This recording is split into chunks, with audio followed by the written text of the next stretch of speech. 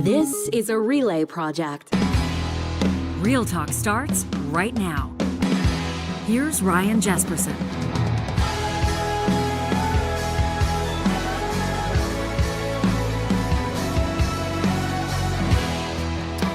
Conservative Convention 2026 is in the books.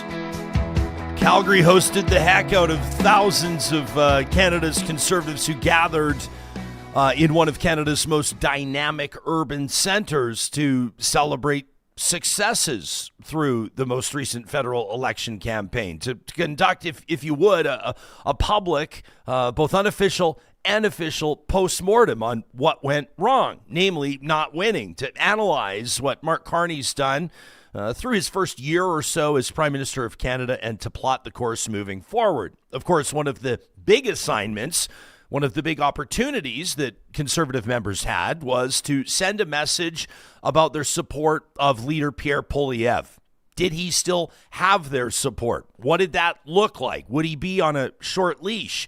And we now know with that weekend vote in the books that Pierre Poilievre appears to be just fine with party members, more than 87% support in that vote. So what does it all mean? Are the Conservatives truly in a position, all geared up and ready to challenge this minority Liberal government the next time Canadians vote, whenever that may be? Now, typically, the first episode of every week, we're joined by Supriya, presented by Mercedes-Benz Edmonton West. And this week, in a very special edition, Supriya and I will welcome another good friend of the show, poll analyst from 338 Canada, Philippe Fournier, who traveled from Quebec to Alberta to take part in, or at least observe, Conservative Convention. We'll bring you that in this episode. We're also going to continue our celebration in this show of No Bounds Week. The Stollery, our friends at one of Canada's busiest children's hospitals, have just embarked on an ambitious and audacious mission. Their goal, $1 billion to get this new hospital built. We're going to hear from a Stollery family in this show. You're going to hear from a very brave young lady, plus some of those that are charged with raising that $1 billion and how you can help. All of that coming up before this episode's up. This show is happening with the presenting sponsorship of our friends at Hanson Distillery. You can find them online at hansondistillery.com. This is Edmonton's original distillery, built on prairie grit and a rebellious spirit. You know, at Hanson, they don't just make spirits, they craft them with the kind of national pride and precision that turns a family moonshine legacy into an award-winning distillery.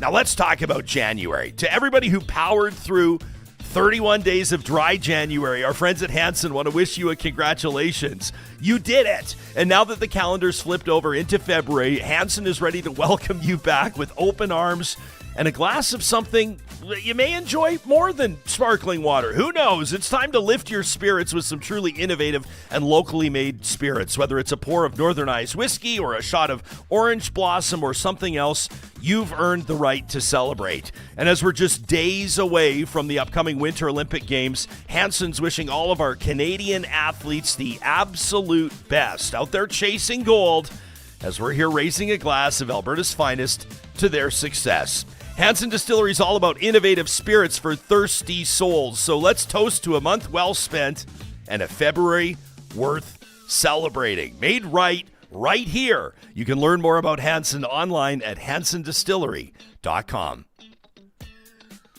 As we prepare to welcome both Supriya and Philippe Fournier to this episode of the show, our first following Conservative Convention, let's take a look at what the leader of Canada's official opposition, Pierre Poilievre, had to say to the thousands gathered in Calgary. Liberal laws have unleashed crime. Out of control, open borders, immigration has overwhelmed healthcare, housing, and job markets. Cancel culture and identity politics divide Canadians. Separatist movements are reawakened. After 10 years of Liberal rule, Canada is more costly and crime-ridden, dangerous and dependent and divided than ever before. Now, Mr. Carney, he promised to change all that. But here we are a year later. You know, what's changed? Sure, the words have changed, the style has changed, but what's changed in your life? What's changed in your life? That's what politicians are going to ask you as you prepare to vote. And in the meantime, when they're doing their best to get the traction that the Conservatives are desperately looking for to knock off a minority government and make Pierre Poilievre Prime Minister.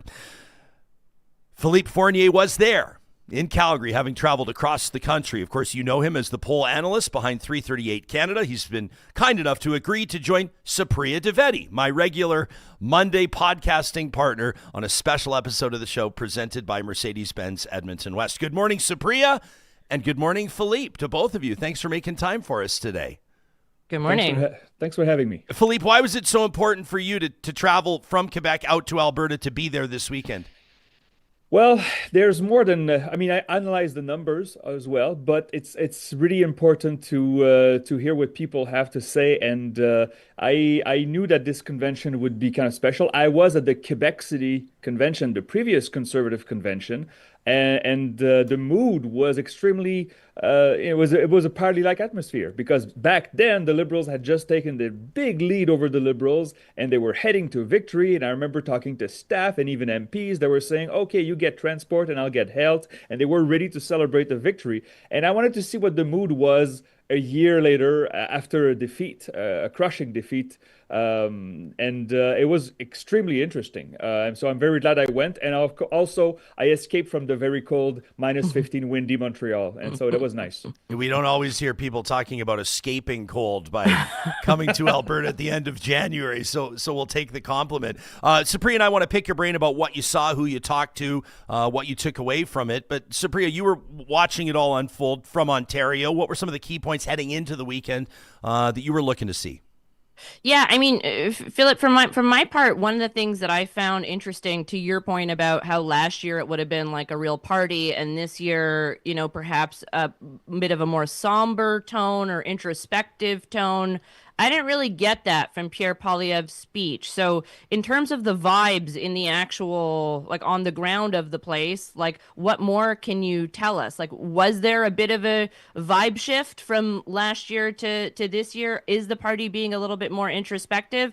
Because, again, just relying on the speech and what was shown, on television with respect to, bits of interviews that networks would have carried, it seems like a lot of the same from my perspective. Well, I would say the mood changed over the days that spent in the. I mean, when the first day of the convention on the Thursday, it was a bit damped. It was a bit tired, and it was a bit more cautious in their optimism. But it was clear during the day when I talked to many delegates from all over the country. I made an effort to meet people from everywhere. That the Pierre Poilievre was going to win this handily. That even people who had some reservations about Pierre Poilievre and his performance says, we have nobody better that can face Mark Carney. We want a rematch.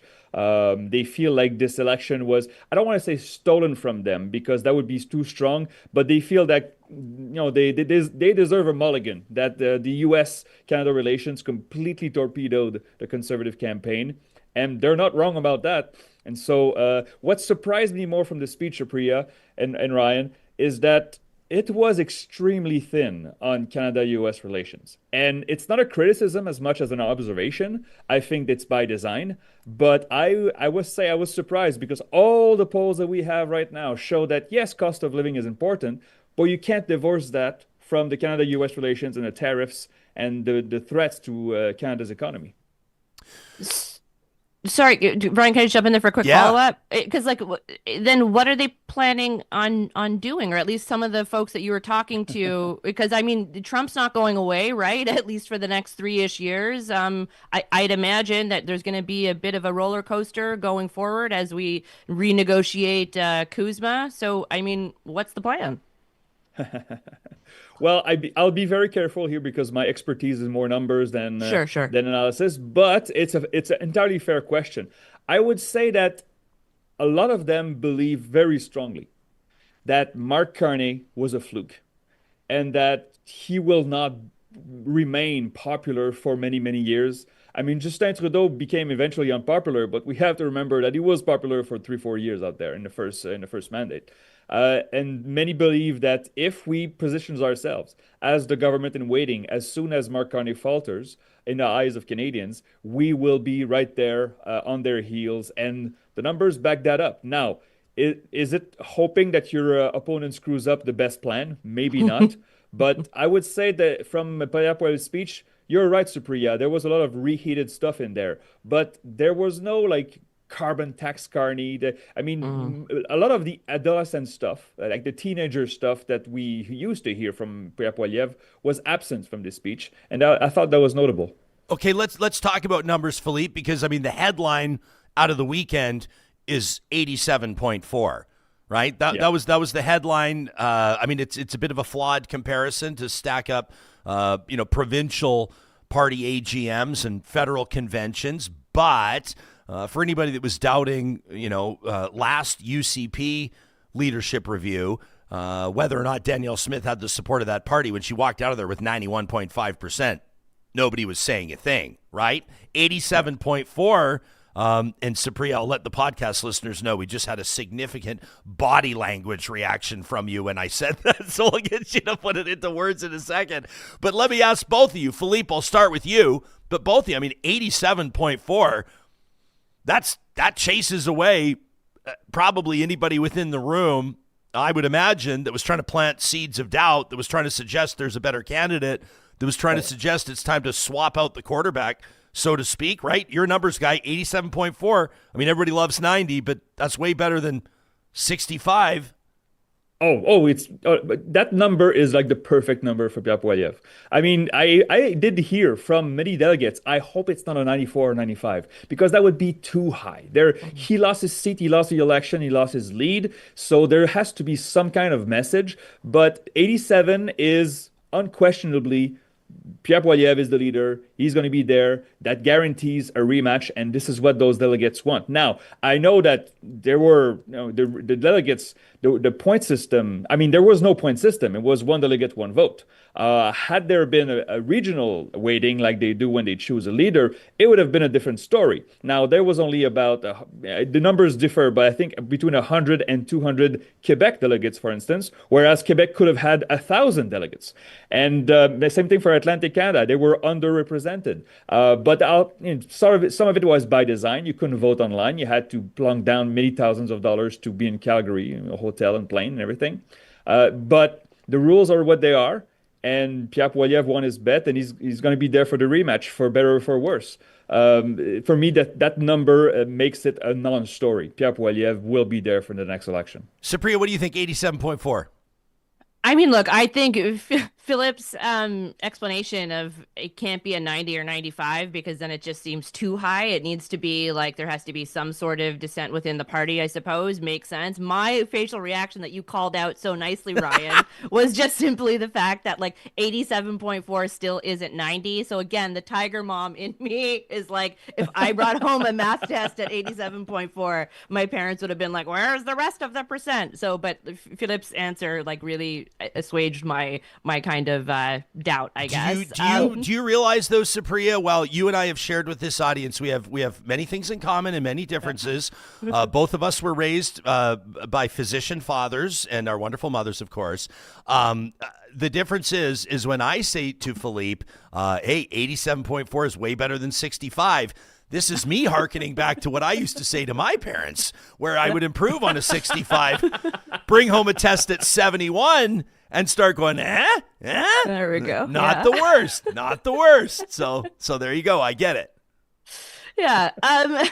Phil, can you tell us a little bit about like what is the voter coalition right now that kind of can spell victory for the Conservatives? Or can we not rely on past paths anymore? Because that's the other thing, right? Like if you think of like 2011 when they garnered a majority, that was kind of a bit of an aberration simply because like the Orange Wave in Quebec and like it swept up a ton of seats there. But I don't know, like we hear about inroads having been made in the last election with respect to younger voters, with respect to South Asians and East Asians, particularly in like suburban rich ridings. Going forward, like what should the Conservatives be focused on? Okay, so there are many points there. If we look at the map and we look at what is the path to a conservative victory, maybe not a majority, but at least a clear victory. As you said, the suburbs of Vancouver, the suburbs of Toronto, this is where the Conservatives lost the election. They were really close and they did make inroads. But that was definitely part of it. They should have done better around Vancouver. They should have done better in the GTA, and they didn't. And this is where the Liberals won. I would say, though, we have to be careful with the numbers by age. We remember those numbers showing Pierre Poilievre and the Conservatives being extremely popular among the youth. But that was when Justin Trudeau was still leader of the Liberals. Since Mark Carney came in, he closed that gap in every age bracket. Now, I'm not saying the Conservatives are not leading among young people, but most polls show it's a tie.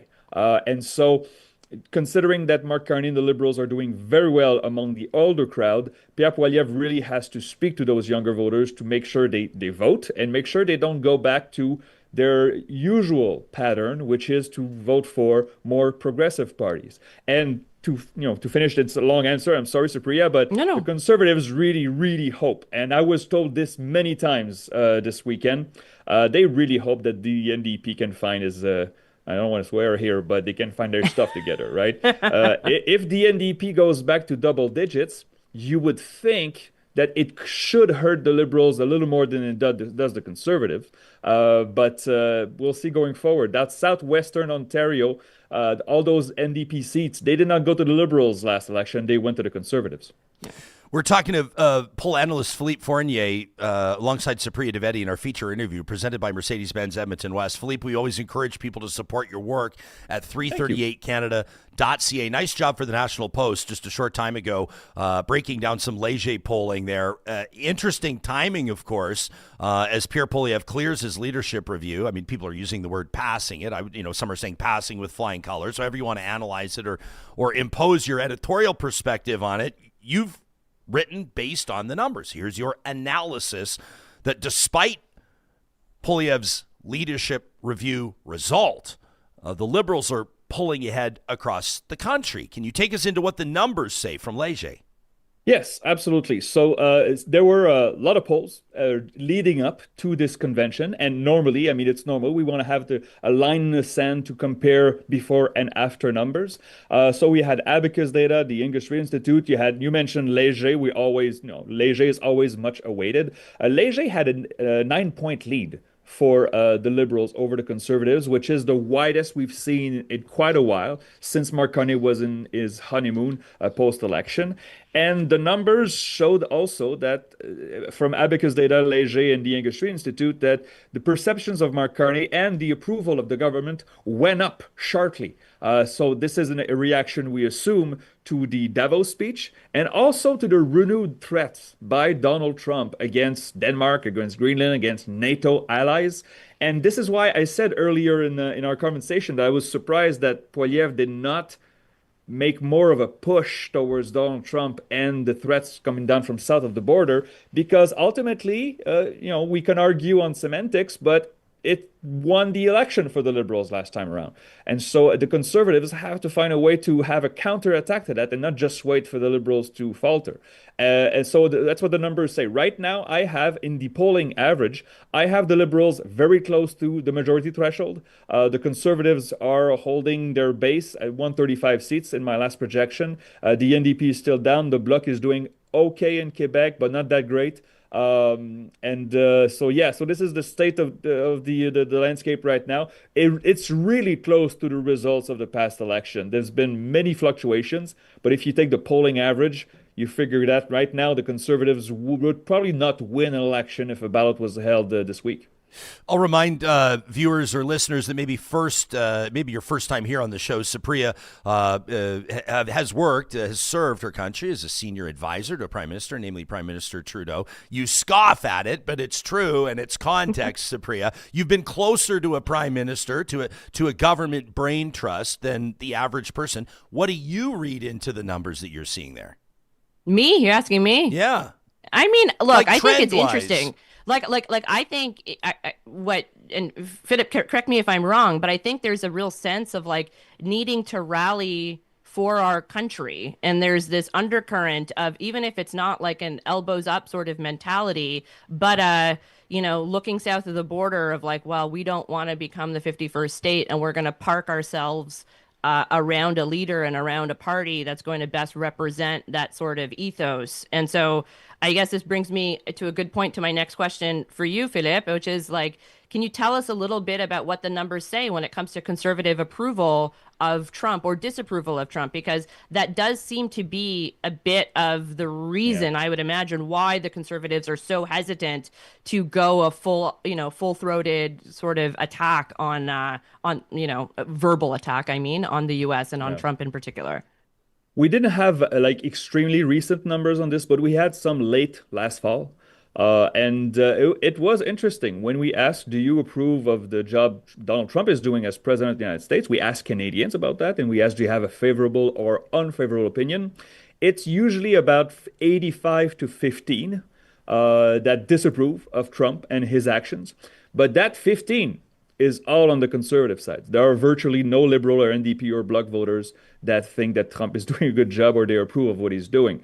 And this is a major hurdle. That is true. I was in Calgary, and as you know, there are some people, about a third or a quarter to a third of Albertans that are at least open to Alberta independence and eventually joining as the 51st state. Now, it's not a majority opinion, but it's not negligible either.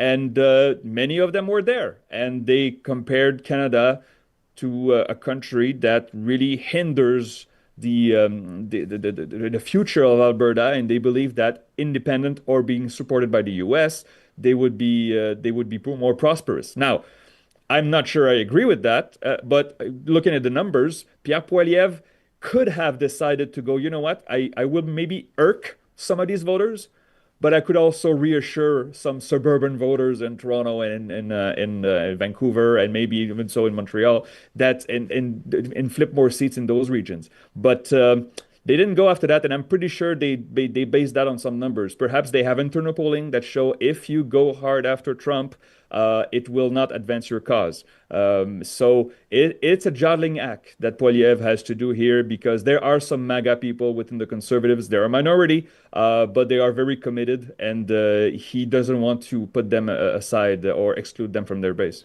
We had an interesting conversation with Erica Baruti's, a friend of the show, a card-carrying conservative member. She was down there at convention, and she sort of gave us her perspective on the eve of it, so to speak. People can check that out in our archives. And I asked her what she thought might happen.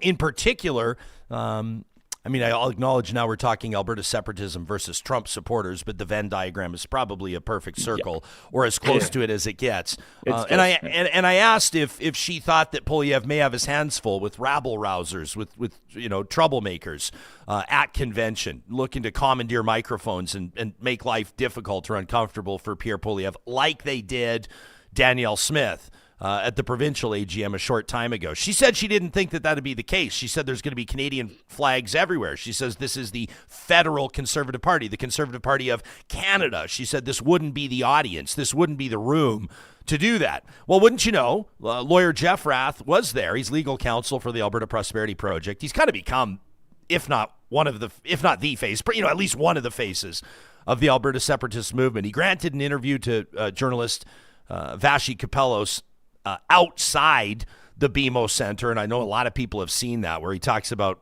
communist Ottawa imposing communist China on Canadians, suggesting that hockey could soon be outlawed. It's just really, Jeff Rath being Jeff Rath.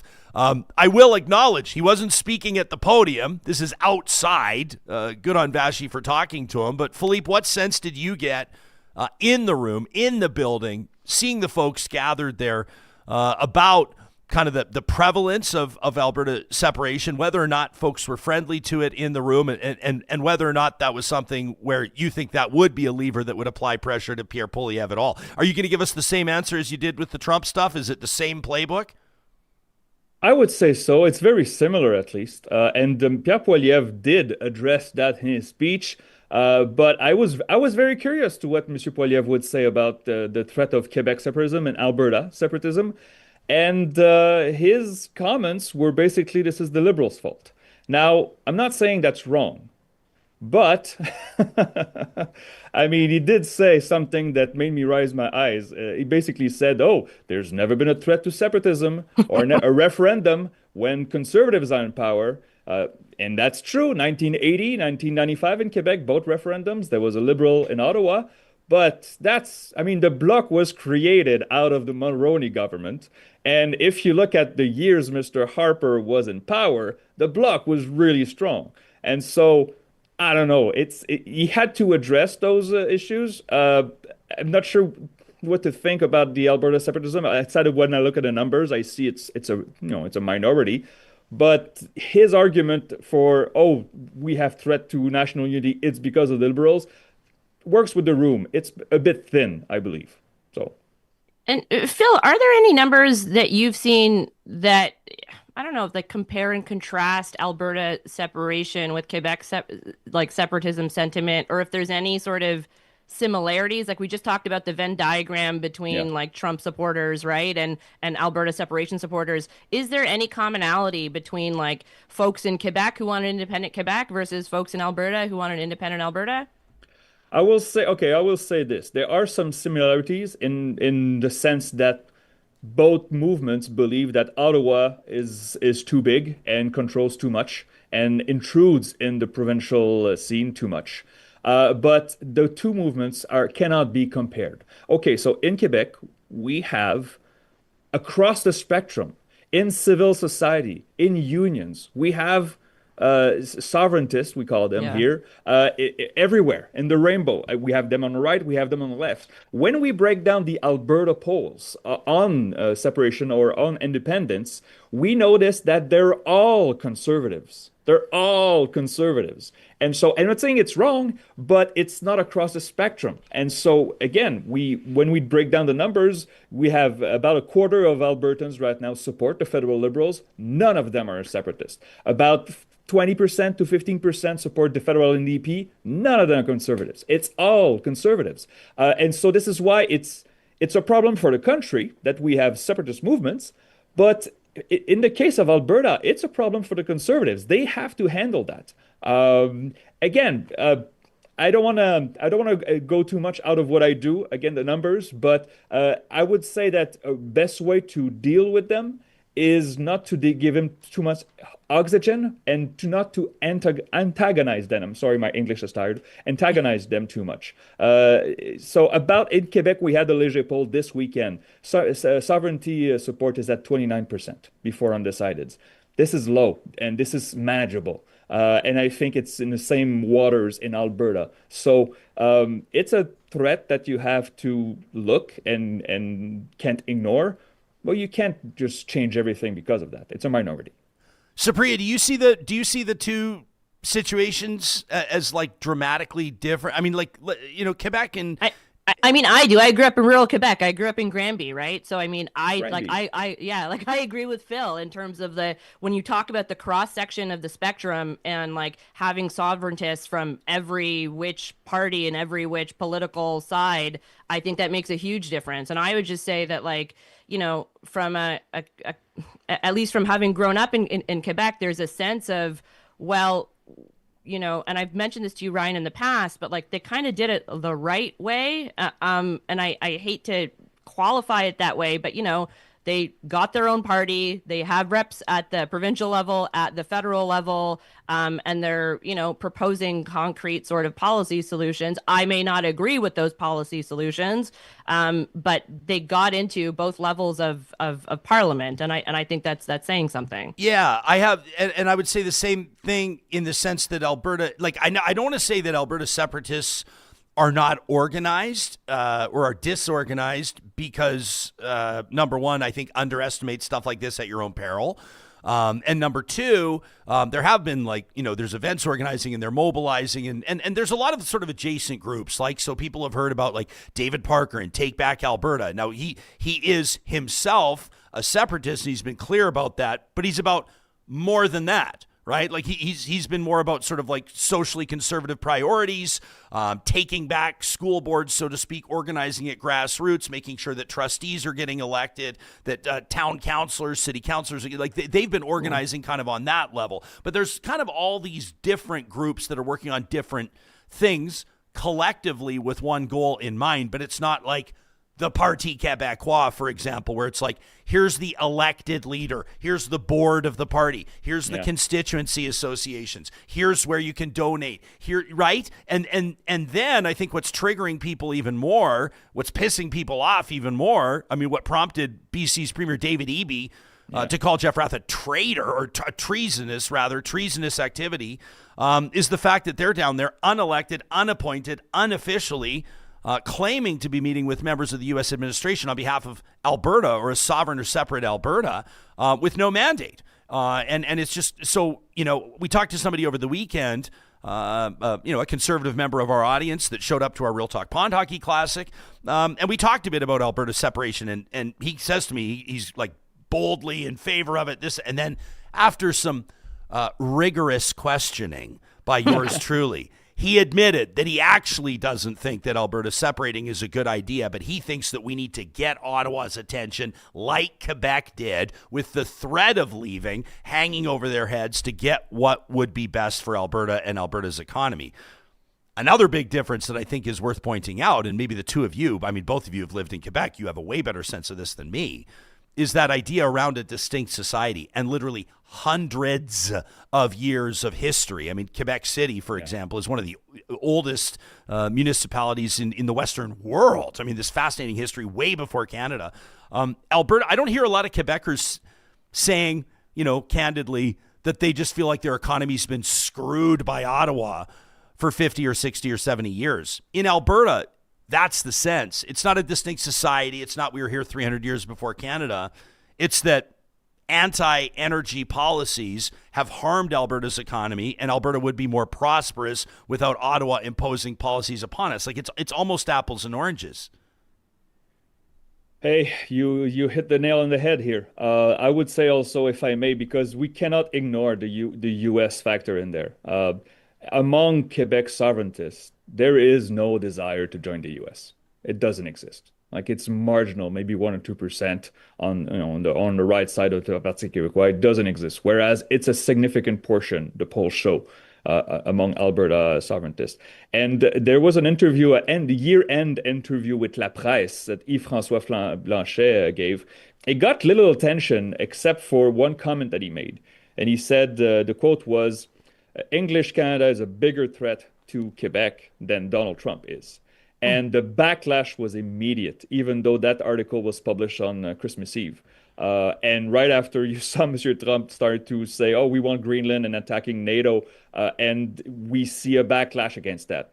If those comments were made by the figures of Alberta separatism, I think many would be nodding their head and not wildly disagreeing. I mean, within the movement. I mean, this is a big difference. What do you think, Supriya?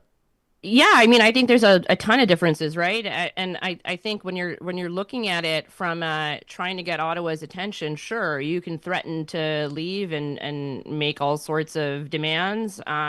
That to me, though, isn't necessarily the right way to sort of get the right kind of attention, right? It's kind of analogous, and I hate to use this analogy, but it is analogous to your kid throwing a bit of a tantrum. You may get the parents' attention, but it's not the right kind of attention that you want, right? Philippe,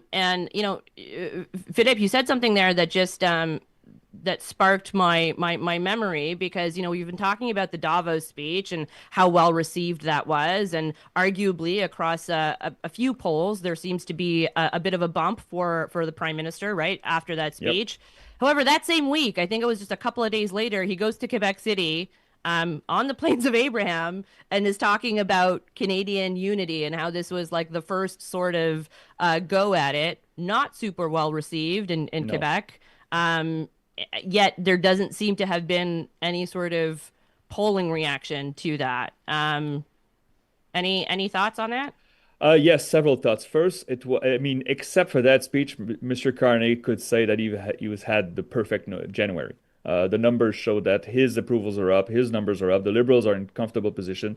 The Conservatives are not far behind, but they're not in an advantageous position. But that speech was denounced in every Quebec media outlet, left, right, sovereigntist, federalist.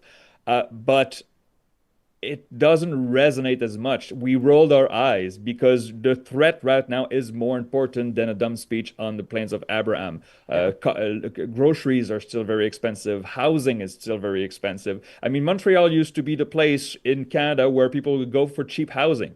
I remember my apartment next to McGill, $250 a month. I know there's inflation and so, but Montreal was known for having low housing. That's not the case anymore. And even though it's not entirely the government's fault, it has power to curb that. It should have power to curb that at least.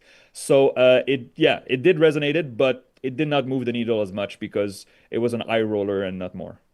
Let's take one more look at more Pierre Poilievre, by the way, speaking for about 48 minutes in front of a packed house. Here's more of what the Conservative leader had to say. And we need to unite this country like never before, because a house divided cannot stand. You know, here we go again. Liberals are in power, and just as night follows day, separatist movements are in resurgence back in Quebec and here in Alberta. These movements, which had been dormant or even dead when Prime Minister Harper left office. Now, we can simply attack people who feel this way, or we can ask them why. Why in Alberta and Quebec? Why, particularly among young people in those provinces, have so many lost hope in Confederation? Well, here's a few hints. For the last 10 years, Ottawa has told our young people that our history is filled with shame and horror, that we are a post-national country with no core identity, and that our youth will never own homes. But other than that, they should feel great about being united in Canada. All the while, the federal government stomps on Alberta's energy sector and Quebec's jurisdiction. Now, our message to those youth and to all of the people in Alberta and Quebec who are losing hope in our country: you will again have a country that respects your autonomy, is proud of your industries, unites us around our common identity and history, a country that will afford you the hopeful future that you have earned. So I thought that was kind of interesting. I mean, at the very end, he invokes the word hope, right? The hopeful future. But still, through that speech, there was a lot of like, Canada's broken, Canada's not working. People talking about like, shame around the history. These are like subtle little comments, obviously, around residential schools and Every Child Matters and that awareness there. Whether or not it's plainly stated, it's obvious that's what he's talking about. Does Pierre Poilievre take a risk there? He talked earlier in the speech, which I thought was interesting too. We won't play the clip for purposes of time. But he talks about how, people are he alluded to the fact that people were telling him to change course, right? That people were telling him to be a little bit nicer. These are not his words. This is my analysis of what he said. The people were telling him to soften up a bit. The people were, and he said that you have told us, talking to this audience, you have told us en masse, you do not want us bending and flexing and abandoning our principles. He's sticking to his guns there with that general messaging. Supriya, we'll start with you on this one. Philippe, we'll wrap with you. Does he take a risk there? Yeah, I mean, I think he does, but I'd imagine, and, Philippe kind of alluded to this earlier, but I'd imagine they have internal polling numbers that are strongly, coloring why they're going this way. Because to me, it's just like, it's the definition of insanity, doing the same thing over and over again, right? And thinking you're going to end up with a different result. So I'd imagine that this is like at least informed by some sort of metrics or numbers that if they stray too far from their overall thrust of the messaging and the narrative that they had developed in the last election, that they'll lose the folks that are, propping up their very high floor right now. But the question for them, to me, doesn't seem to be the base walking away from them. It's like the normie suburban voters who want some assurance that whomever is going to be the leader for Canada on the world stage is going to have Canada's back in the face of Trump. And I don't think that's the Conservative Party right now. Yeah. Philippe, what sense did you get there? It really struck me in 2023 at the previous convention in Quebec City. Monsieur Poilievre said in English that Quebec nationalism is part of the Canadian identity. I remember he said that and it struck a chord. You could hear a pin drop in the room saying that, Quebecers are proud of their history, they're proud of their culture, and we should be more like that, speaking to English Canadians. And that was really interesting. And when he didn't repeat those words, obviously, in Calgary, but we have to be careful here. This was for internal consumption. When Monsieur Poilievre made that speech, people were still voting on his leadership, and they voted until the wee hours of the night. And so I think he wanted to make sure that delegates present to this speech would then turn their backs and go to the voting booth and vote for him, vote for Poilievre.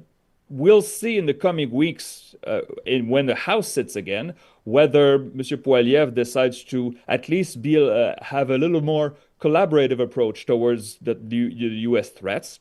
And if we don't see that, we'll know that he'll win his way and no other way if he ever does. So. You can check out Philippe's work by visiting 338canada.ca. We encourage you to support his work. Of course, I'm going to call you, my friend, Canada's foremost and easily most handsome and articulate poll analyst, a wonderful friend of this show, and our correspondent on the ground at Conservative Convention 2026. That's Philippe Fournier, joining Supriya Dwivedi and myself in our feature interview presented by Mercedes-Benz Edmonton West. To the both of you, thanks for doing this. Supriya, we'll see you next Monday. Always a pleasure, Ryan. Bye, Philippe. Thank you very much. Merci beaucoup. Au revoir. Thanks, Philippe. We appreciate it.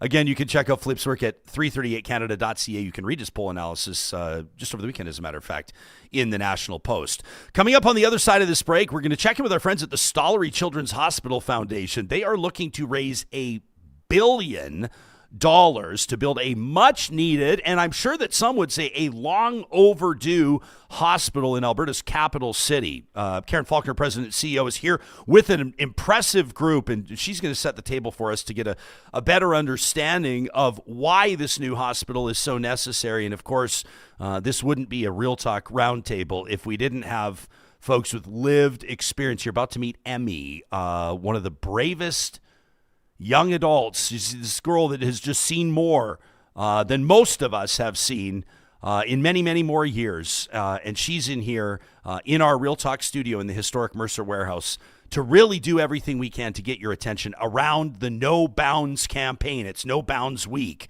Right here on Real Talk and across the Metro Edmonton region. You know, we're happy that these conversations are able to happen with the support of incredible partners like Athabasca University. You know, one of the biggest advantages to AU, and there's a whole bunch of them, is that their world-class accredited online degrees and courses are designed so you can complete your education whenever and wherever it works for you.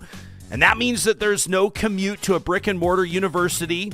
As a matter of fact, it means you don't have to start in September or January like the typical post-secondary calendars. You can start your AU education whenever it works for you. You can learn more about how AU works.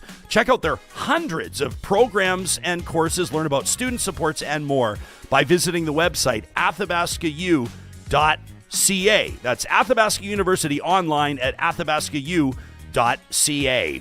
It was, of course, a huge weekend at the Real Talk Pond Hockey Classic, and we were thrilled to have our friends at Play Alberta out there joining us in raising funds for some incredible organizations, including Kids Sport St. Albert and Uncles and Aunts at Large. What a win for those incredible charities. You know that there are hundreds of winners every single week at Play Alberta. You know, a winner in Sturgeon County just scored $100,000 on Cash Machine. You can check out Play Alberta by way of their app or at playalberta.ca today to get started with casino, sports, and lottery. One of the things we love about it, all revenue stays right here in Alberta. You can get started today by visiting, again, playalberta.ca. Don't forget, you've got to be 18 or over to play. And when you gamble, please do use your game sense. Our friends at California Closets reminding you don't have to live life with all of your laundry washed, dried, folded, and sitting on the floor. They can help you get organized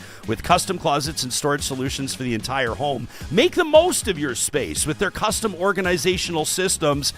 And listen, if you're sitting there thinking, I could never afford California Closets, let me remind you that they can work with any space and they can work with virtually any budget. Of course, you can check out the details on their website, californiaclosets.ca, the different design levels from practical simplicity all the way up to luxury refined. And there's no risk to sit down with a California Closets designer. You can request that free consultation today by checking out californiaclosets.ca.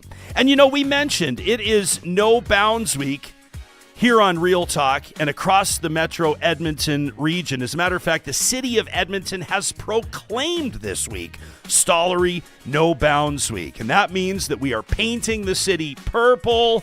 We're getting the high-level bridge all lit up. Everybody's wearing their colors into work. The Oilers 50-50 is going to our friends at the Stollery Children's Hospital. So what is No Bounds? Well, it is a once-in-a-generation billion-dollar comprehensive campaign to transform pediatric care across Alberta, Western Canada, and beyond. And that includes building a new standalone Stollery. And that is why we are thrilled. We are honored to welcome a remarkable group of friends to our Real Talk studio here in the historic Mercer Warehouse as we say hello to Karen Faulkner, President and CEO of the Stollery Children's Hospital Foundation. Kevin McKee is joining us, chair of the board. And with respect to you two, some VIP special guests. We have the Richardson family in the house, Mom Jodi, and the star of the show, Emmy. Emmy, welcome to Real Talk. We're so grateful that you're here today with us. Come as close to the microphone as you can get, because I know this audience really wants to hear from you. How old are you, Emmy? I'm 10 years old. Do you remember how old you were when you first went to the Stollery? I don't know. How old was she, One Mom? or two. One or two. I don't remember anything from when I was 1 or 2, so we'll forgive you there. But this has been something. Your time at the Stollery, getting to know these doctors and nurses, and receiving the care you need, this has been something that's been a part of your entire life for the most part, hasn't it? Yep. So what does it mean for you when you're rocking that Stollery No Bounds t-shirt? What does the Stollery mean to you? A lot. I don't really know how to describe it, but a lot.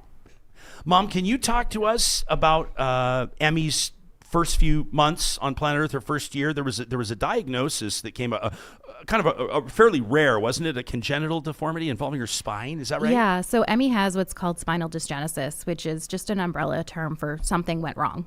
And there's no kind of formal syndrome with it. There's no diagnosis. She's quite rare.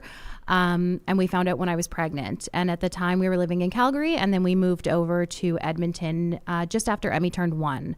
And so the Stollery has been part of our lives for, almost a decade now. We hear stories from parents oftentimes, and we'll get a ton of messages from audience members that go, I can't even imagine what that would be like. I can't even imagine what it's like to be a parent that welcomes this beautiful new bundle of joy to planet Earth, but she's already got her hands full, and you've got your hands full with health challenges.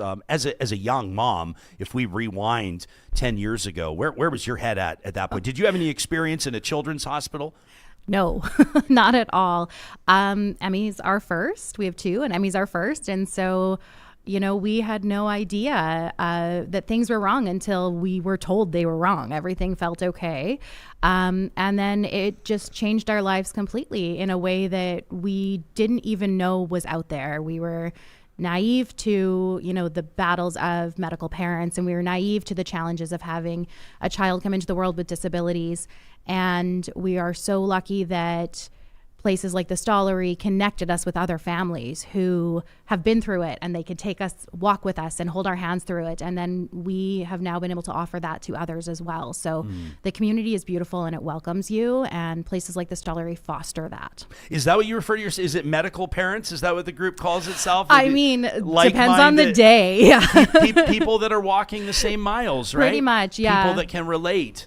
Yeah, I pretty much go with medical parent because kind of depends on the day, right? So sometimes it's a medical thing, sometimes it's a physical movement thing, but medical kind of encompasses all of it. So, Emmy, is it the same thing with kids at the Stollery? Like when you're in the halls at the Stollery, or when you're playing with toys or reading books in the downtime, or maybe even if you're heading in for a surgery and you're feeling a little bit nervous, is there kind of an understanding with all the other kids there that you're all in it together? Are there some special friendships? Yeah, definitely. What do you remember? What can you tell us about the relationships or the friendships that you have with other kids at the Stollery? Some pretty special ones, I bet. One of my best friends, Brianna, was at the Stollery once. Yeah. As well. I'm pretty sure. Who else? You and Brianna specifically have really bonded over similar experiences. And is Brianna dealing with a similar health challenge to you? Definitely, yeah. So were you able to give her some advice, or was she able to give you some advice? Probably, yeah. Probably. Sometimes I think these things happen. It's just solidarity, right? It's strength in numbers. It's amazing for me to sit here around this table with some folks who, and I know that you're part of this team, but there's a group here, a big group of people that are looking to raise $1 billion. I don't know about you, Emmy. I can't even wrap my mind around how much money $1 billion is. I think 1,000 million, and I go, wow, that's a lot. But two of them sitting around this table, Karen and Kevin, are listening to you talk, and they've got big, huge smiles on their faces. Karen is president and CEO of the Stollery Children's Hospital Foundation. Each family, of course, is unique and has their own unique story, but there are some common bonds as well. I can tell you're thinking about that when you're listening to them talk. Yeah, I mean, what really stood out for me is that sense of community. And you talk about $1 billion campaign, and people are saying, how in the world are you going to raise $1 billion? But it always comes back to community, and whether it's our Stollery families getting behind us or the businesses in the community, we find support everywhere, and that's really how we're going to get this hospital built. Yeah. Kevin, let's bring you in here. You're the board chair right now for the Stollery. How do you raise $1 billion? Well, we're so blessed. The hospital just resonates with our entire community. Stories like Emmy, families like Emmy that are helped by the work that the foundation does, and the incredible medical talent at the hospital makes our job easy. People want to support the hospital. I think Edmontonians are ready for a big, beefy, feel-good project. And this is our time, the hospital's time, and the city of Edmonton's time to shine and really wrap our arms around something as a city that we can all be proud of. Karen, can you give us a sense of how the Stollery will be leveling up with a new hospital? I mean, because when I think of the Stollery, what I think of is like innovative care, an incredible geographic region served. We hear of families from, across Western Canada and oftentimes beyond traveling to the Stollery, but has the potential been capped to a certain degree? Well, yeah, I mean, it's amazing considering that we're a hospital in a hospital, so we don't even have our own dedicated space. And in 25 years, we've become the most specialized hospital in Western Canada, serving the largest catchment area of any children's hospital. So you think about that. And yes, we cap out on space, and then that limits us. And the population since that hospital was built, it's more than doubled. So we are really out of space. We're putting kids in playrooms, in beds, in hallways, and kids just deserve better. Like we're a big city now. We're serving a large population. We should have a dedicated space for kids where they walk in, they know it's for them. It feels kind, it feels safe. They're not seeing things they shouldn't see, and then unfortunately that does happen today. So can you I think I know what you mean by that, but can we dig into that a little bit? Yeah. What do you mean by that? Well, I mean, it starts at the parking lot. So kids will get out of the parking lot. There might be someone sleeping in the stairwell, and then they'll walk towards the hospital, and there are people smoking outside, all kinds of things. They walk in and they're seeing sometimes, the psychiatric unit is right there, the adult side. And yeah, it's just a lot for parents to explain. And you contrast that with Alberta Children's Hospital, dedicated space. You walk in and the first thing you see is,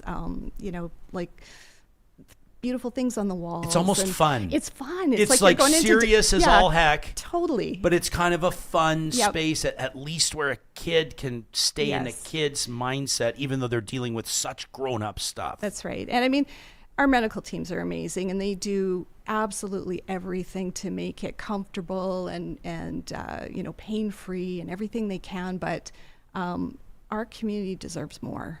Like, it's not okay that kids are within an adult hospital. And so we're seeing widespread support for that. So super excited. Yeah. Jodi, what's something that if you haven't been a medical parent, or in particular, if you haven't been a Stollery parent, you might not realize or recognize? What's something that you have lived experience, you and your family, having been at the Stollery, seen what goes on, talked to the surgeons, talked to the nurses, that's really stuck with you over your family's decade-long journey? Ooh, that's a tough one. I think the biggest thing for us is, one, that this is something that can happen to anybody. And you don't realize that any child could end up here.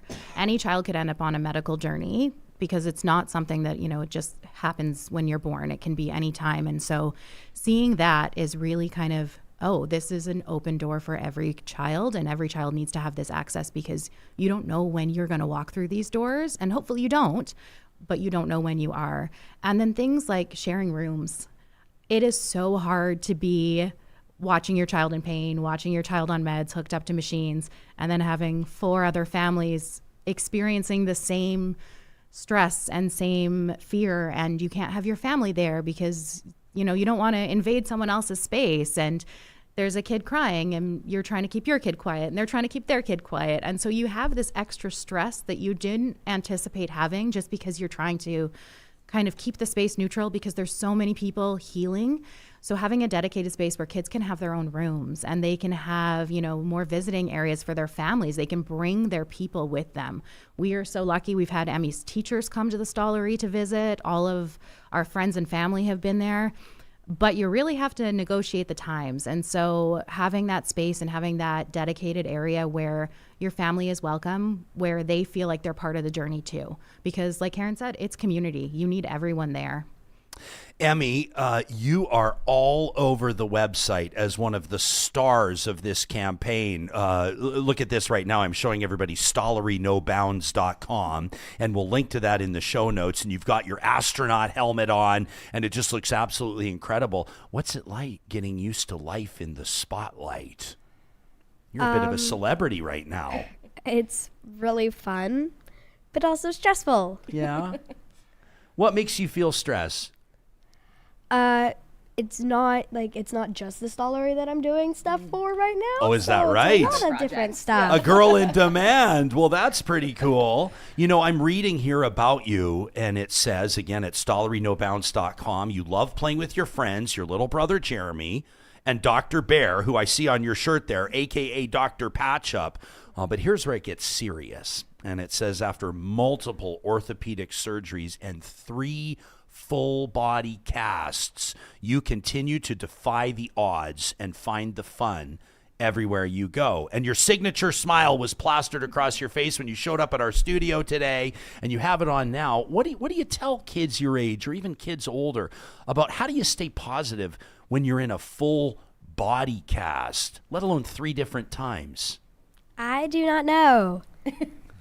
Help from your family? Yes. Help from your family? Yeah, you have a lot of friends and family who have really come to your side and been there. And it also helps that, those body casts Dr. Bear matched. So every body cast that Emmy had, Dr. Bear went into surgery too, and he had the exact same cast, including the watermelon one that was pretty famous. She had pink with green edges, and then we put black dots on it, so she looked like watermelon because it was the summer. Yeah. And yeah, Dr. Bear had every one of those casts too. So things like that, those little things, they make a huge difference. They keep those smiles on. And then the staff.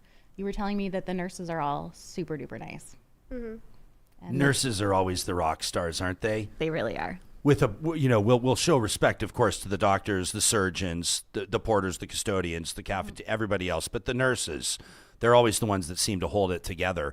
Now, you're not the only one in the spotlight. I'm reading here about Emily, who was saved in an emergency, and look at all these success stories. Cameron, his story of growing up with complex care, and Caden, who's been defying the odds from day one, and Addison and Adley, twin hearts, one incredible journey. Daxton, just a little fella that's been living on dialysis, and Savannah, who's facing autoimmune challenges. I mean, the list goes on. The stories are so compelling.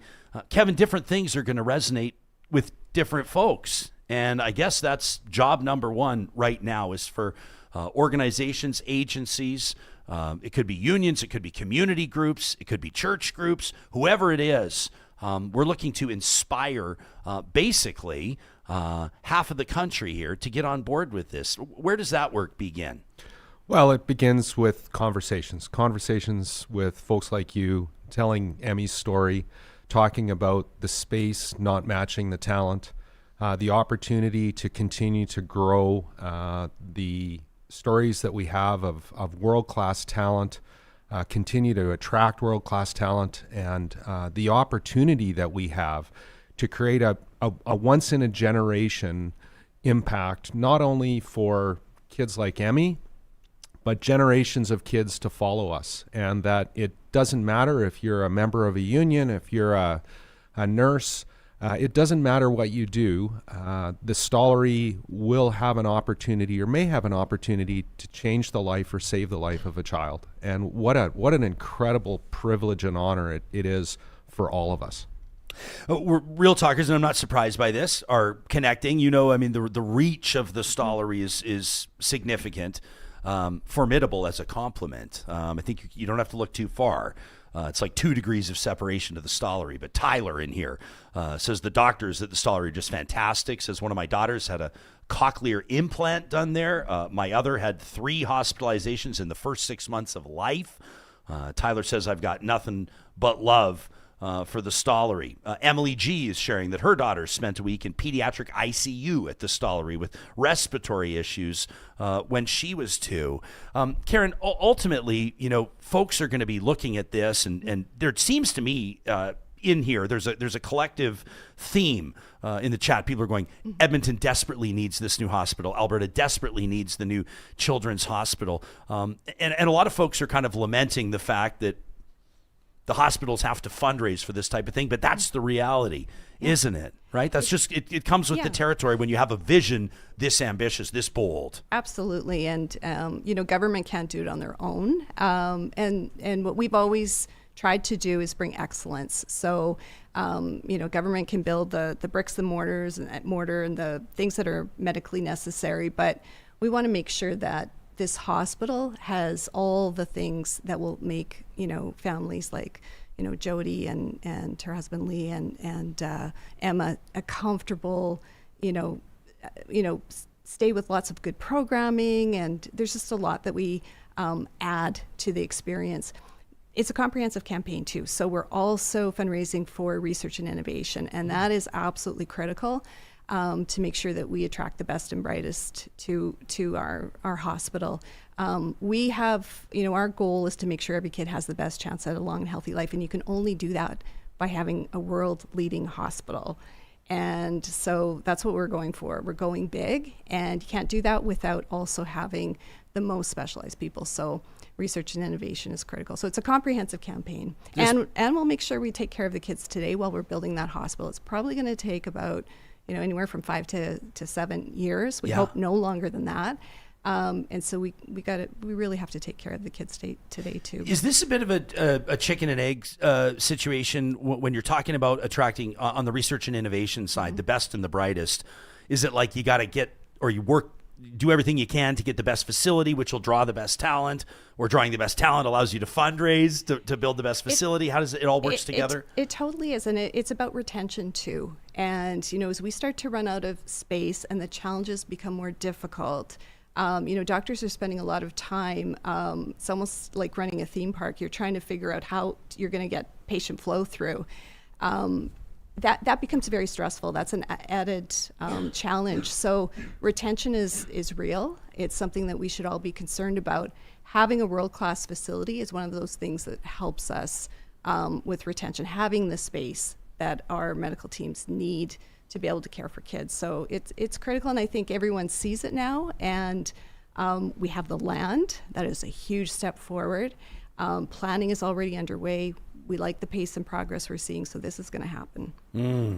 Yeah, this has been something that was like, everybody was like, the rumors were abounding and like, is this where it's going to be? Is that where it's going to be? And one of the things I thought was really cool about that, I'm so honored to host Tee Up for Tots, which is the annual golf tournament in support of the Stollery, is that there was like this palpable enthusiasm. People wanted the inside scoop. They wanted to know. It was almost like people have been chomping at the bit to do what they can to get involved to get this thing started. I mean, this has been a campaign that's been rumored for quite some time, and it strikes me anecdotally that there's a lot of people on board for obvious reasons. Yeah, it's interesting. Most campaigns, you'll have a quiet phase, and then you go public. And because we rallied the whole community to advocate for this project, I mean, there was no quiet phase. Yeah. There were tens of thousands of letters that went into government. So, yeah, everybody was waiting. Where's it going to be?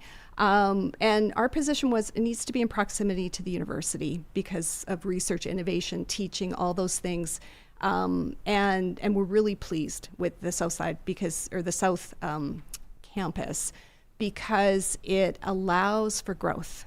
And so there'll probably be phased portions to this project, which is okay. We just got to get it going. We got to get moving on it. And you imagine the health campus that we can build and the family amenities around it. The neighborhoods have been fantastic. They're super supportive. We've been really, really pleased with the response from the community. And I think that this is a chance for Edmonton, if you'll forgive the comparison, because I'm not sure that everyone would appreciate it, but anytime there's a big build, right? Like I think back to when the Art Gallery of Alberta was going to be built, or the new arena, and I'll acknowledge these are not healthcare facilities, which is where the comparison maybe, but anytime you're going to build new towers or revitalize your downtown or build a big new children's hospital, people will be watching from across the country and around the world to see how you do it. And I think that this is a really neat opportunity for Edmonton and for Alberta to send a really clear message as well about how we fund our healthcare, how we care for the youngest and oftentimes most vulnerable members of our population, what our vision looks like. Yeah, I mean, I keep asking the question, why can't Alberta be the healthiest place to raise a child? Like if we all set our intention to that, why can't we make it possible? So we're not thinking small. We're not thinking, let's just get this done. Let's get it done and make it matter. Yeah. We're not thinking small. I love it. So part of this is like, obviously, and I'm not the official liaison to government, but wouldn't it be wonderful if the province could kick in 300 mil and the feds could kick in 400 mil, and wouldn't that be great? But at the same time, and there will be some big corporate contributions, I'm sure, and there will be fund matching, and we'll see all that. And then a lot of this, I bet, will be brick by brick. The lemonade stands and the cool little community initiatives and all that. It's going to be $1,000 at a time here or there as well. One of the secret sauce that we have at the foundation is we have 99,000 annual donors. And so there will be the large lead gifts and big splashy gifts. But you're right. Lemonade stands, Family Day Classic. This $1 billion is going to be raised one person, one donor at a time. And we are just so excited at the community's response and the support we've received from folks like you as we talk about a new Stollery. And we've been really, really grateful with the support that we've had from all three levels of government as we work through the planning for the new hospital.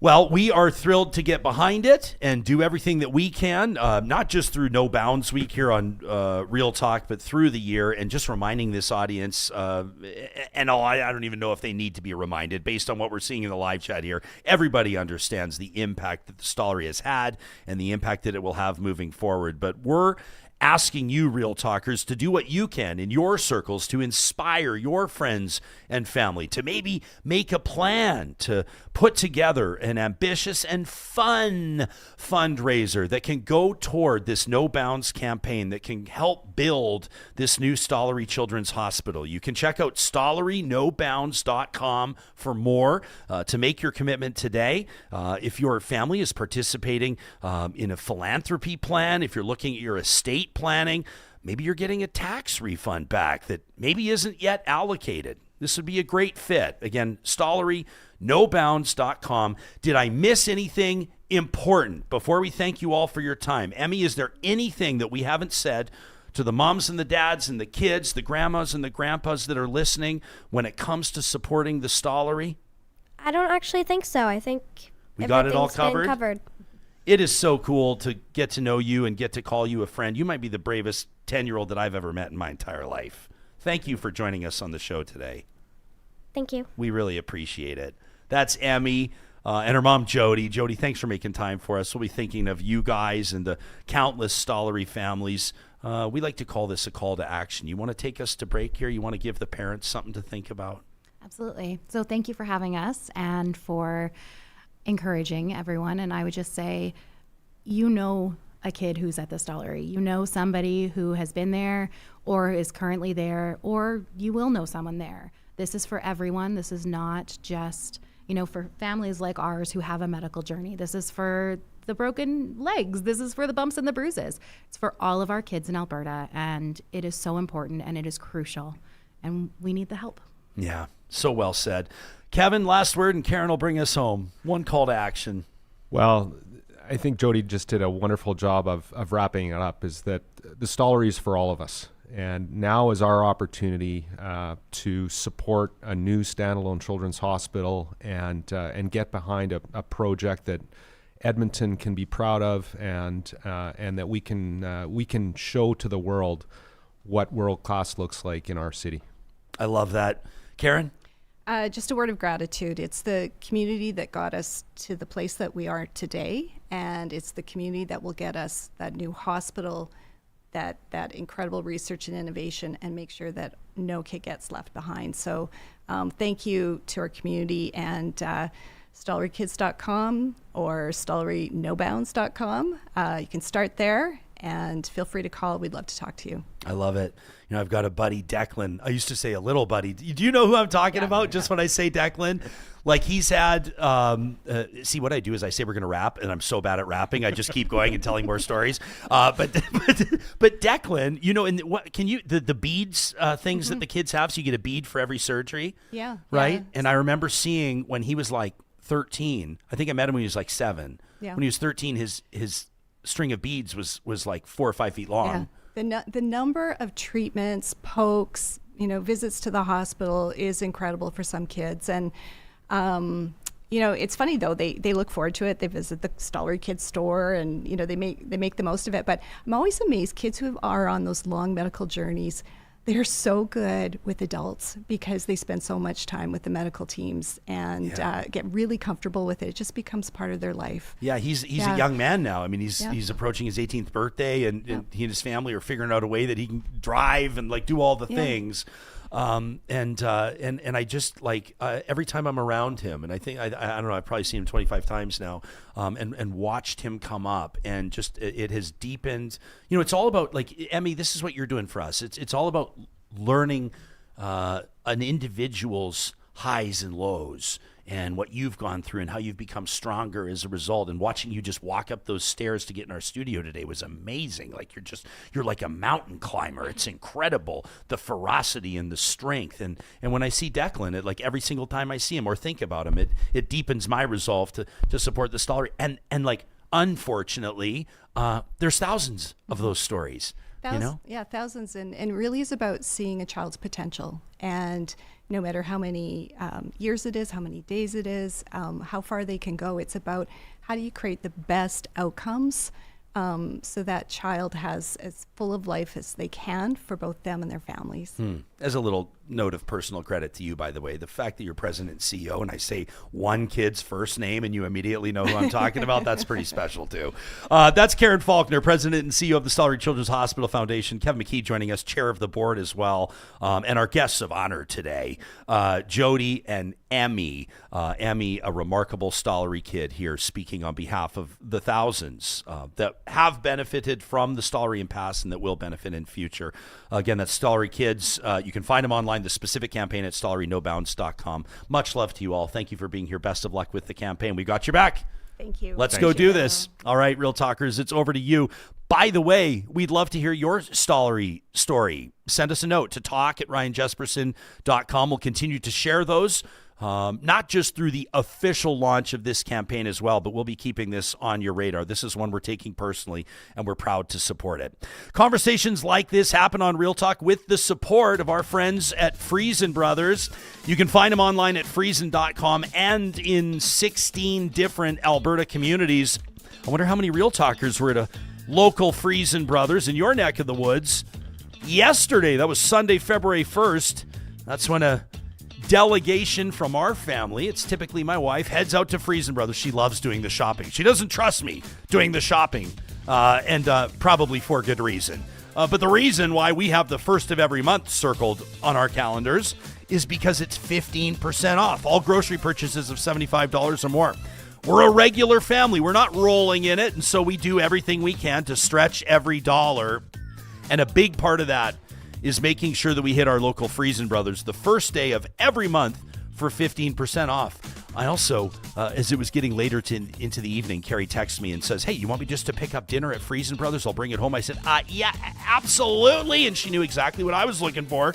The braised beef short rib with mashed potatoes and roasted root vegetables. You will not go wrong with this dish, my friend. That's the personal Jespo recommendation. She went with the quarter chicken. She had some roasted cauliflower. Just a fabulous meal made by the Red Seal chefs at Friesen Brothers.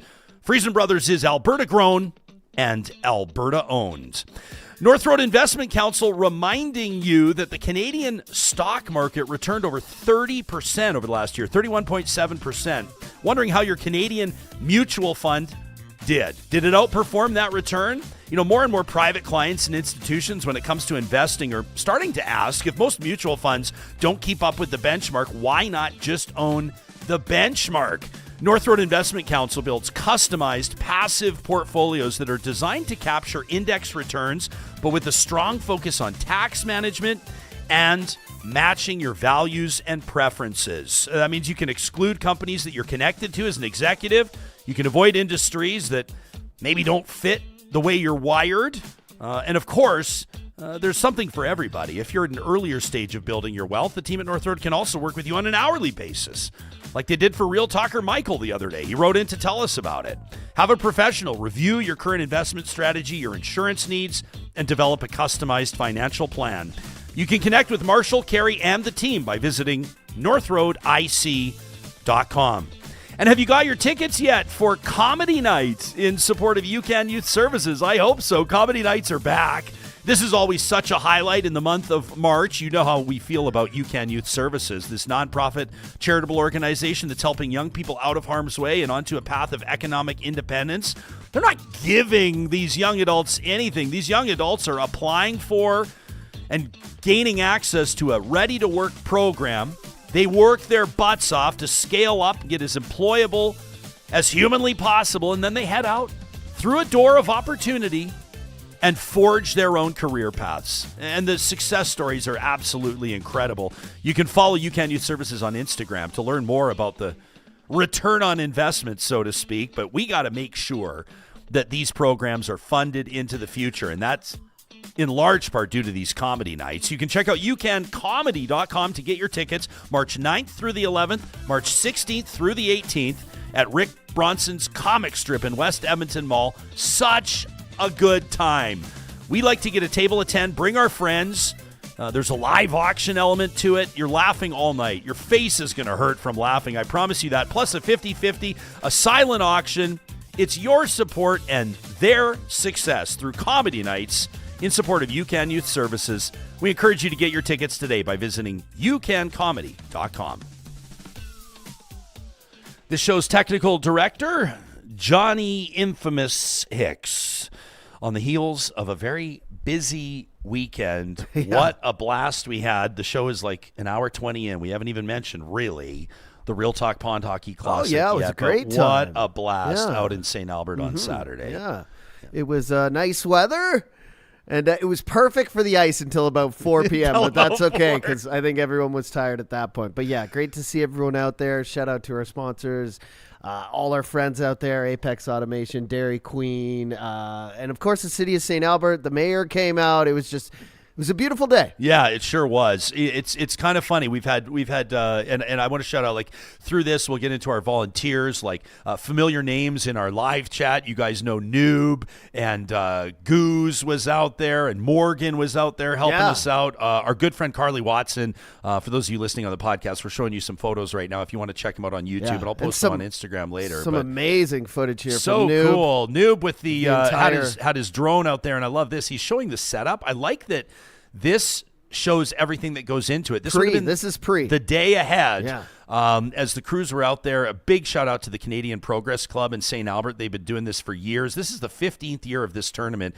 It's closing in on $500,000 raised for uncles and aunts at large, as well as for Kids Sport St. Albert, which removes barriers for kids. But this is a big and project. Families that really want to participate. Huge. It's a huge undertaking. Yeah, these festival tents and all the bonfires that they've got burning out there.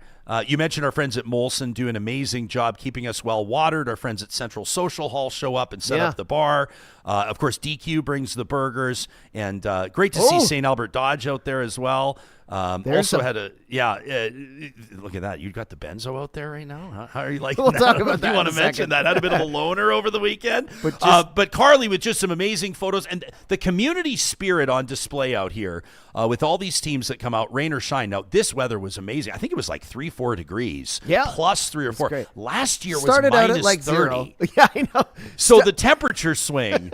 Started out at 0, though, which is like, it's almost perfect weather for ice and to play hockey, because the ice stays, well frozen. So good. And then just got a little warmer in the afternoon, but was still perfect. It was, I thought, in terms of, like, you don't want it too hot. Last year, oh my God, I'm like Goldilocks. Last year was as cold as it. Last year was as close as you get to pulling the pin without pulling the pin. I want to shout out the new mayor of St. Albert. That's Scott Mayor Olivieri that showed up and gave us the greetings. On behalf of the city of St. Albert. The city of St. Albert deserves such an enormous shout out for everything that they do to make this possible year after year, and we're so thrilled to head out to St. Albert every year for that. He hung out for like 4 hours. It was incredible. He's like, usually no disrespect to any previous mayors, but like, he came down and then I look over at like 1 o'clock. He's still there. Yeah. He's hanging out. Well, and I think maybe due in part to the fact that like he's a new mayor, right? So he just won,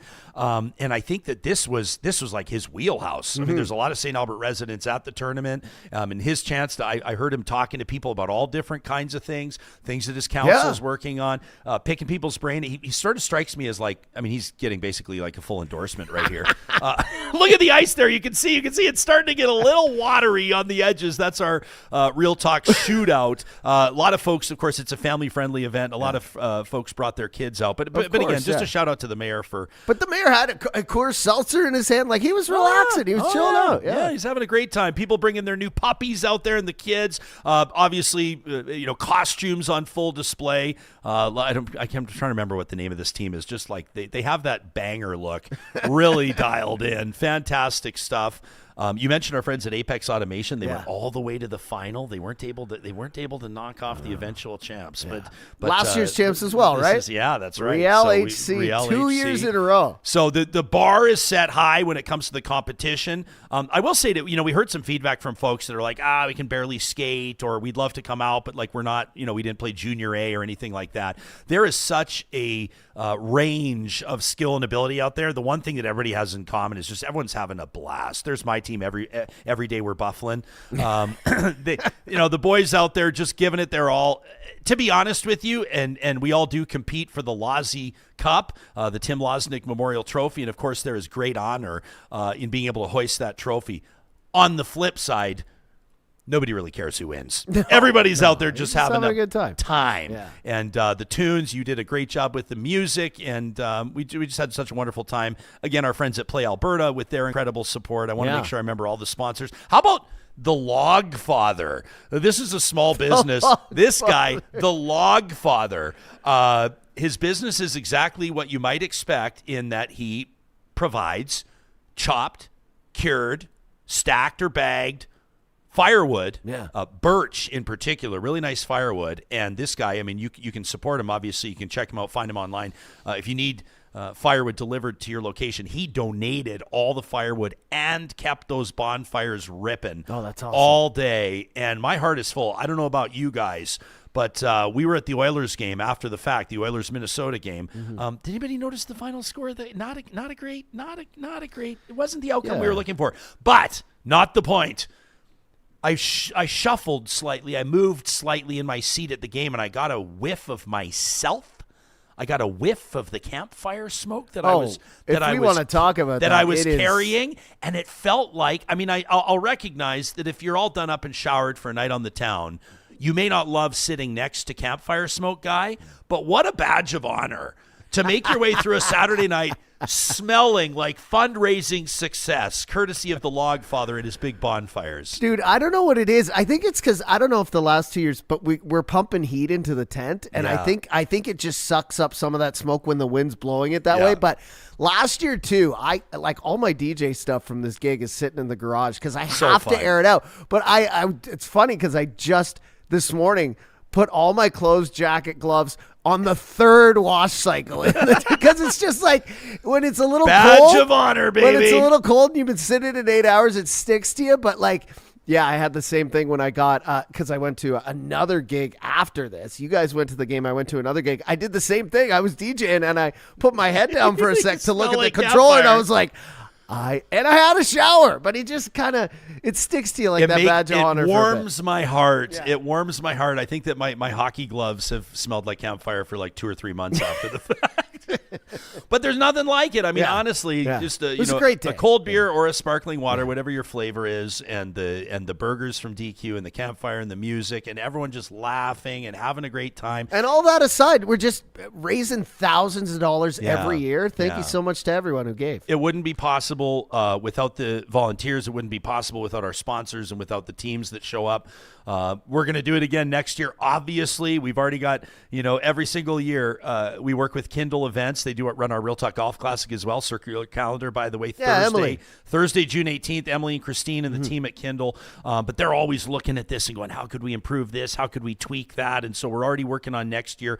We want the experience to be even better.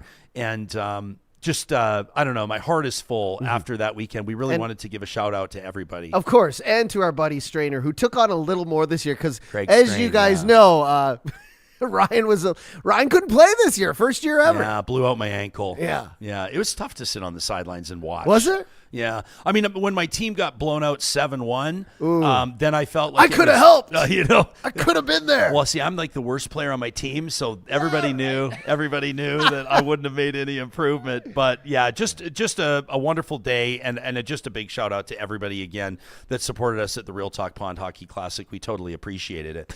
You may have noticed as well a new project that we are producing for our podcast listeners. Those of you that check out the show on YouTube may have seen it by way of our Real Talk YouTube channel, but our podcast subscribers would have received a bonus episode on Sunday, and this is the Worker Agenda, and this is something that Relay is producing, so our company is producing this on behalf of the Alberta Federation of Labour. You'll be able to check it out on our YouTube channel. You'll also find it wherever you get your podcasts, so if you do subscribe to our podcast, you would have received that on Sunday. The first Sunday of every month for the next 8 months, we will be producing and releasing the Worker Agenda. This is a project spearheaded by the Alberta Federation of Labour, and they're talking about their top priorities, in particular when it comes to the 180,000 members of the Alberta Federation of Labour. So these are public sector workers, union workers across the province of Alberta. It's something new that we're trying. Omar Mualim is moderating those discussions, and Gil McGowan and Corey Longo, who are executives with the Alberta Federation of Labour, they're ones that are going to be sort of co-hosting this, so to speak. So you can find the episodes on our YouTube channel. If you do subscribe to Real Talk on the podcast platforms, Apple Podcasts, Spotify, or wherever you get your podcasts, iHeartMedia, you will have received that. That's a bonus episode. You'll receive it the first Sunday of every month. That's the Worker Agenda. Let us know what you think about it to talk at Ryan Jesperson relay.com. Something that we're trying that's a little bit new. Relay as a production house. This is not our specific editorial perspective, but we are broadening our reach, and we're curious to know what Real Talkers will think about it. So let us know. Episode 1, they drill into affordability.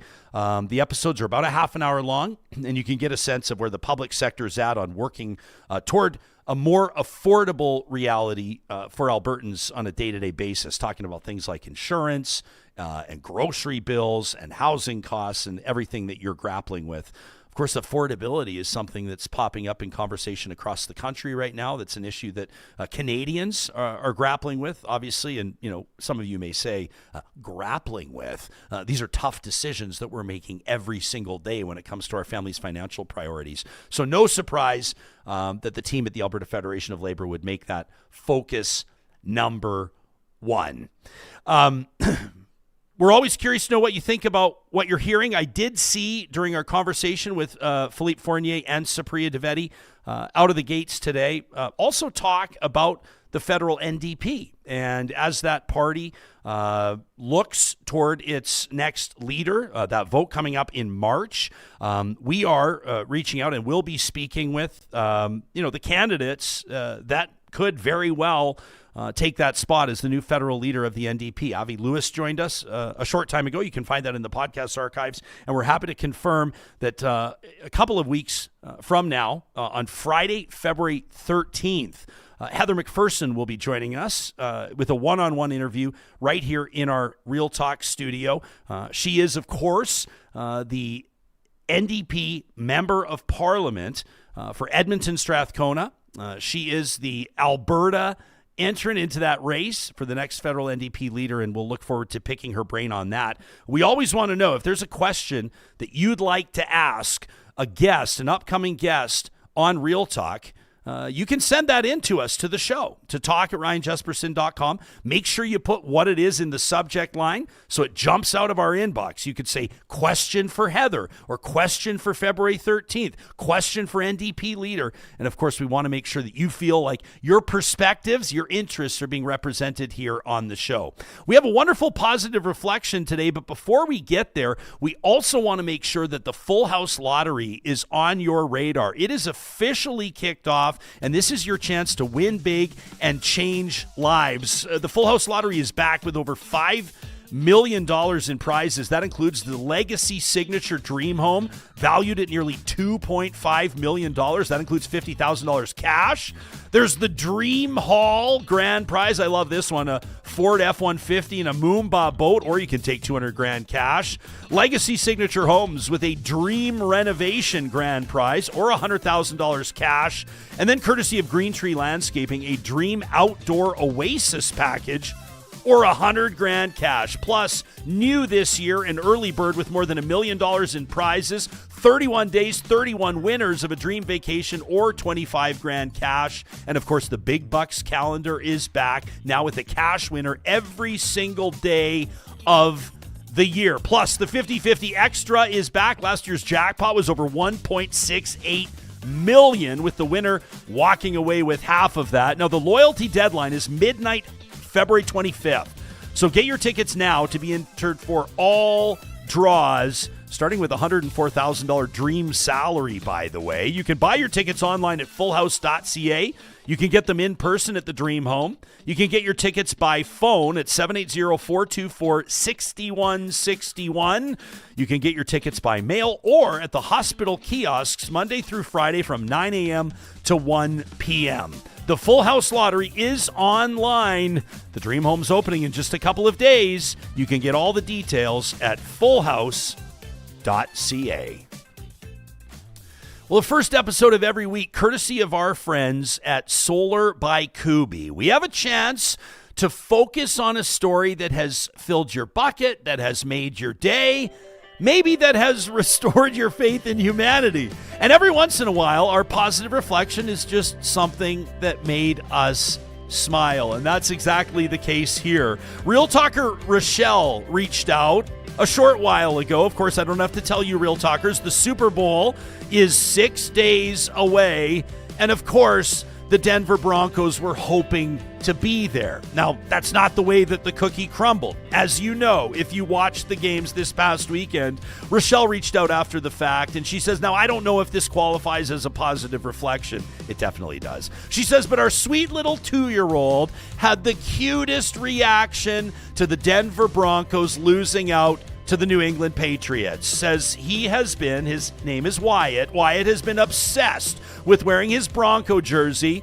Rachelle admits at the encouragement of his mom. His mom's a big Broncos fan, and Wyatt's been cheering along the Broncos all season long.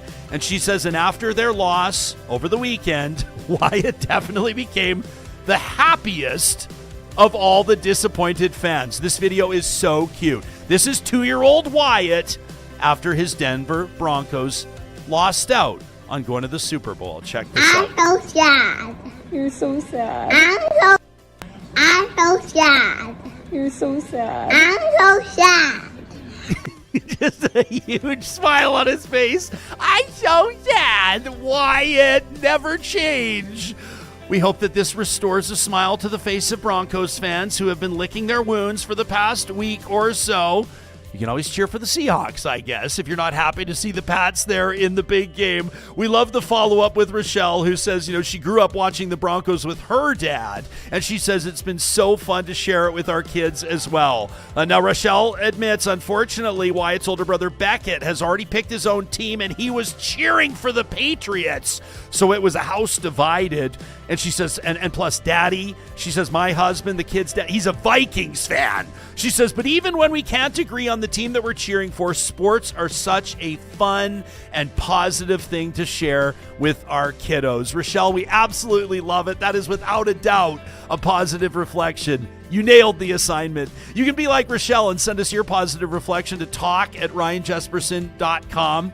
And don't forget, you can always get a free solar quote by checking out kuby.ca. That's KUBY.ca.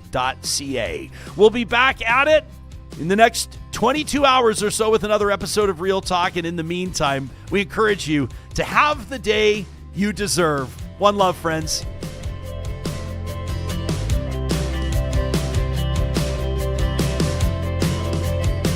Real Talk is hosted by Ryan Jesperson, executive producer Josh Dunford, technical producer John Hicks, general manager Katie Cook-Chivers, account coordinator Lawrence Derlego, human resources Lena Shepard, website design Mike Johnston, voiceover by me, Harry Skelton.